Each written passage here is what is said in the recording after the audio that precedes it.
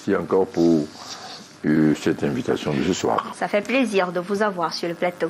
Mais ça dépend que nous. Alors, je vais rester avec vous. L'actualité en Afrique est marquée par ce coup d'État en Guinée-Conakry. Comment est-ce que vous avez suivi cette nouvelle? Avec beaucoup de tristesse. Il y a eu 100 coups d'État en Afrique depuis 1960. 100. Il y a des pays qui ont battu des records, comme le Nigeria, qui en a déjà eu 7.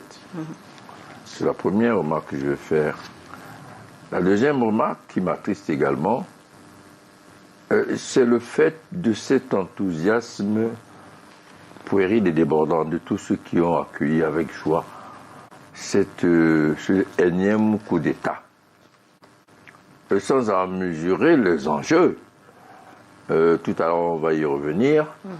Il ne faut pas être dans le secret des dieux.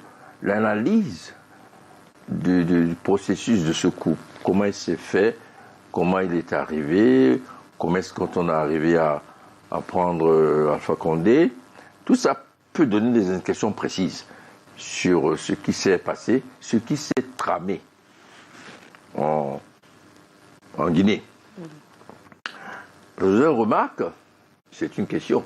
Il faut toujours se poser cette question fondamentale. À qui profite le crime? C'est la question fondamentale qu'on se pose en criminologie. Quand un événement se passe, on se demande à qui ça profite. Et on va y revenir. À qui profite, en général, cette multitude de coups d'État, comme les guerres de sécession, 100 depuis 1960, quand on répond de façon claire à cette question, je crois qu'il n'y a pas, on ne pourra plus être aussi enthousiaste. Et la dernière remarque que je vais faire en termes d'un adage, on dit que quand on est dans une pirogue, on chante la chanson du piroguier. Tout à fait. Si on n'est pas content, on descend tout simplement. Si on n'est pas content, on descend. Alors, quelle est la pirogue qui transporte...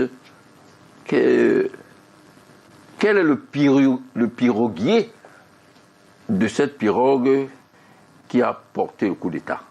En répondant à cette question, je crois qu'on va découvrir beaucoup de choses. On reviendra à tout à l'heure. Aimé Boni, Anissé